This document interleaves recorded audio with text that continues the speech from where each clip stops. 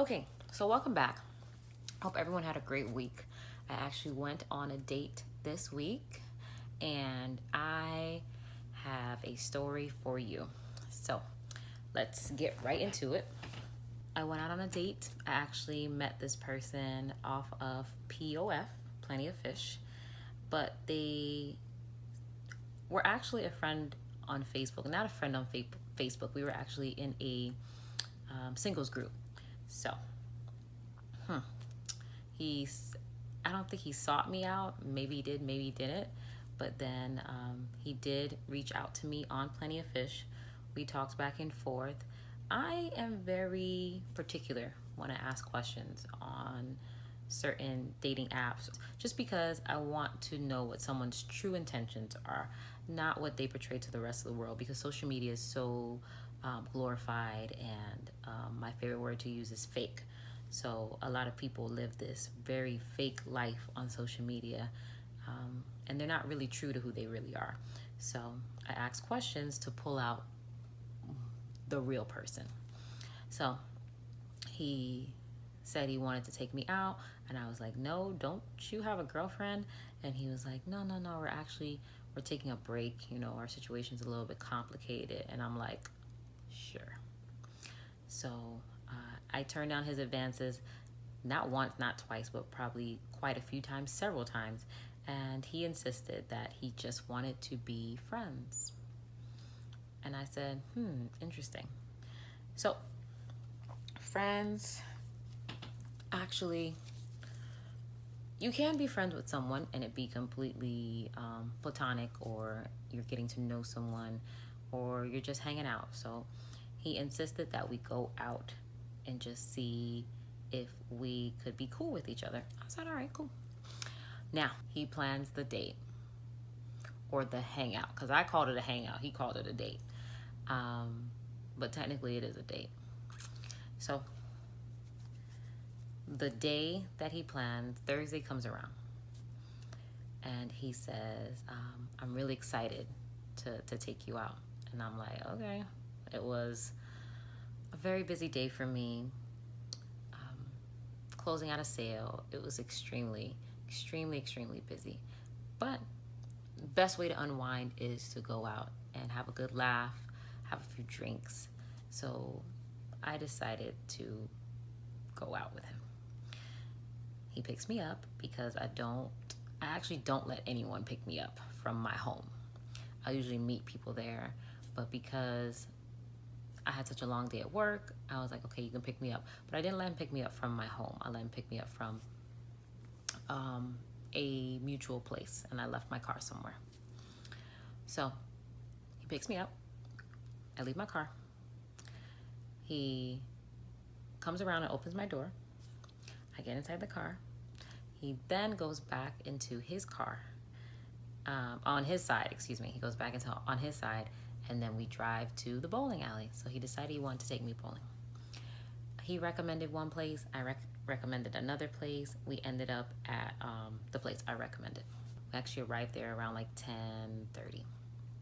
So we purchased an hour of bowling, and he went and got us some drinks. So he decided that he wanted to do like a wager, and if he won, he'd get something. If I won, I'd get something. And it was interesting to say the least. At first I was losing. The second round of bowling I started winning, but then I eventually lost. In the third round I just lost. We talked the entire time. It was great conversation at the bowling alley. What concerned me the most was the conversation on the way to the bowling alley. So we're gonna backtrack a little bit. He gets in the car, he puts on a seatbelt, we're driving there. He starts to talk about his life. He doesn't ask me any questions. He doesn't ask me what's going on. He just proceeds to talk about himself. And I was like, all right, maybe he wants to vent. But they're not like, okay, questions that you would normally experience on a first date. These were just random thoughts in his head. So I was so confused. So he starts with, I'm trying to figure out what I really want to do in life when it comes to relationships. And he proceeds to say that when he was in his early 20s, he was a dog, for lack of better terms, whore, hoe, man whore. He was more, yeah, he was a dog.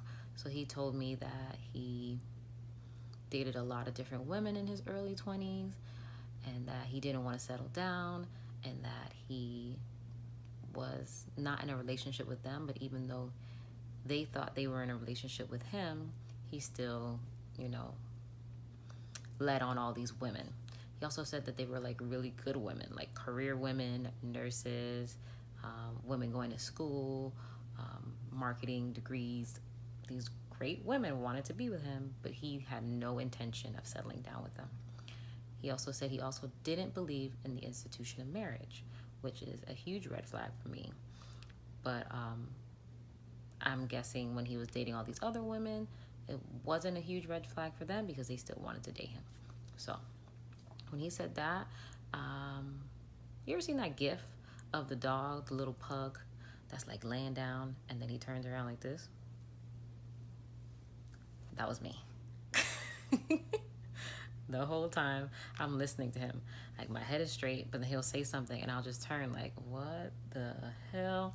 So he proceeded to tell me that in his mid to late 20s, he attracted nothing but married women and taken women. And I'm like, great. That's awesome. So you were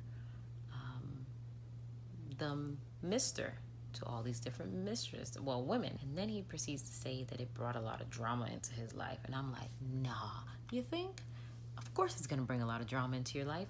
You're sleeping with someone else's wife or girlfriend. So I was just like, you just did not care in your earlier 20s or dating life. So it felt like he was bragging to me. But yeah, so he said, I dated a lot of taken women or dated a lot of married women. That's all I could attract. And he's like, yeah, a couple of their husbands tried to fight me. Their boyfriends tried to fight me. One keep my car. And I'm like, you shouldn't be telling anybody this on the first date. Mind you, I did not ask him about these things because this is not the type of stuff that you talk about on the first date. If you know any things that you should talk about, anything that you should talk about on a first date, please drop it in the comments because obviously people have no idea what you're supposed to say, or maybe he was just nervous. But anyway, so on the way there, he's telling me about how he was a hoe and then how he was ready to start settling down, but he just kept attracting all these beautiful women who already had spouses and partners. We finally get to the bowling alley. We have the wager on the game. It's a good we stayed at the bowling alley for about an hour and a half. It was great. He had a good time. He kept looking at me, like ogling me, and I kept telling him, like, what the hell's wrong with you? He kept saying this line, that you're looking like a snack. I really hate that line. It is so stupid. Snacks are for children and nursing homes. I mean, there are adult snacks that us adults eat. Snacking between meals, speed up your metabolism. But that is a snack thing. It's really, really stupid. It's just really a sexualized way to say some creepy shit to somebody. It's weird. Y'all should probably stop. I guess that was his way of complimenting me. He's so much of a sweet talker. It was like I couldn't take anything that he said seriously, even though it was supposed to be a friendly outing. It just was too much for me. It was around 12:10 because our hour was over. There was karaoke in the bar area, and there were a few girls in there. They were singing. A few people did a couple songs. I wanted to do a song, but it was a little late, so I couldn't do it. So we stayed there for about another 15 to 20 minutes, listening to everyone sing, and then we proceeded to leave. Dropped off the shoes on the counter and walked out. Much of a gentleman. He comes over and he opens my door for me. then I sit down in his car, um, and the lights are on. And then he closes my door, and the lights are still on. But as I look down, there's like a middle console right here, and he's walking around to his side, and I'm waiting for him to come around.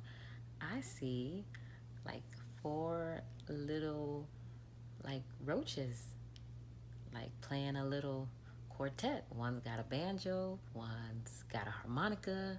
Yeah, I think there was, yeah, that, yes. There are 4 little roaches just dancing around in his middle console. And I'm like, what the? Whew. I really didn't want to embarrass him, but I usually bring a little shoulder bag with me, and I sit the shoulder bag on my lap. I have nothing else with me, just except for like my house keys, my car keys. I do not move, and I don't know if he noticed it or if he paid any attention to it or if it just doesn't bother him, but he had a whole little roach family hanging out with him last night. Well, that night. It was not cool. So the whole ride I'm on edge. Like I got my feet off the ground, they're like suspended in the air, and I just want to get home. So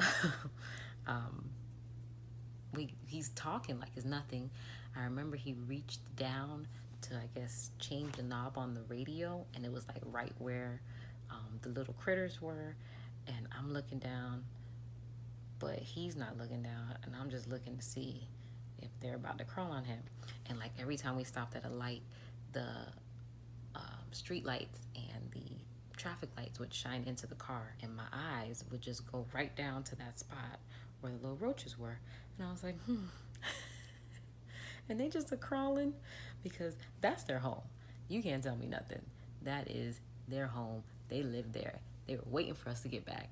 And he dropped me off. I got out very quickly, and he proceeded to try and, wait for me to like get inside my car. And I was like, no, I got it, thanks. And then he drove off. Once he was gone, I just started shaking, like trying to make sure nothing was on me. Because I'm not bringing that crap up in my car. Tripping. Yeah, after I did a full inspection, dust, and made sure I was good, I got in my car, and I drove home. He drove home. He messaged me the next morning and told me he had a great time and that he really likes me.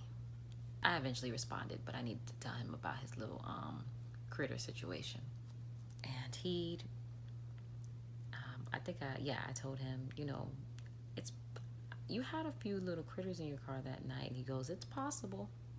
No, it ain't possible. I seen it. It was there. I seen them. It's not possible. I seen the roaches. If you got roaches in your car, you got roaches in your house. So I was really shocked. But I guess he didn't feel it was that big of a problem. That was my first date off of P.O.F. Plenty of roaches. So I am going to go take another date, I believe next week, and we'll see how that goes. But yeah, it's a bit traumatizing. But yeah, thanks for watching. I hope you guys have a great rest of your week. And good night, YouTube.